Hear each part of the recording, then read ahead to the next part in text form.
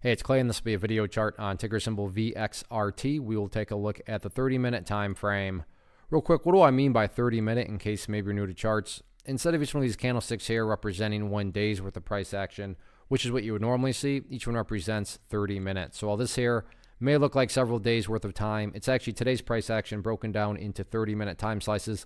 I like you this time. Frampton does a good job of telling the quote-unquote story of the price, and then makes mapping out levels of support and resistance a bit easier to see. This next comment I make is directed towards the price action, not towards the company, because I don't know anything about the company, but how the price is acted. Hence, from a price action perspective, this thing has essentially just been a pump and dump.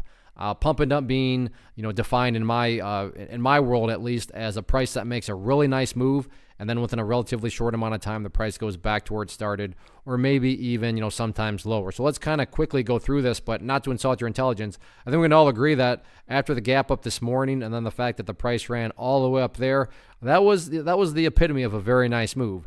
Next part of the definition, within a relatively short amount of time, and given this all literally occurred in 1 day, so the exact same day, I'm thinking we can all agree that did indeed play out in a very short amount of time. And then the price goes back to where it started. So did it quite go all the way back? It didn't go every inch back to where it was. However, I think we can all agree that the price really did get hammered today. But now this is what translates into more of the interesting scenario going forward, and this will mean a little bit more to those of you that have traded for a while. But if you have, I'm sure you've seen stocks that basically have this pump and dump type price action, and then they can have some pretty interesting movements back to the upside. And given that the price did stabilize out and start to go sideways, it's looking like maybe this thing is trying to build some sort of base here. And am I saying go up to 4 or 450? I'm not saying that, but even a bounce up to 350-ish from a percentage standpoint, that would be pretty strong.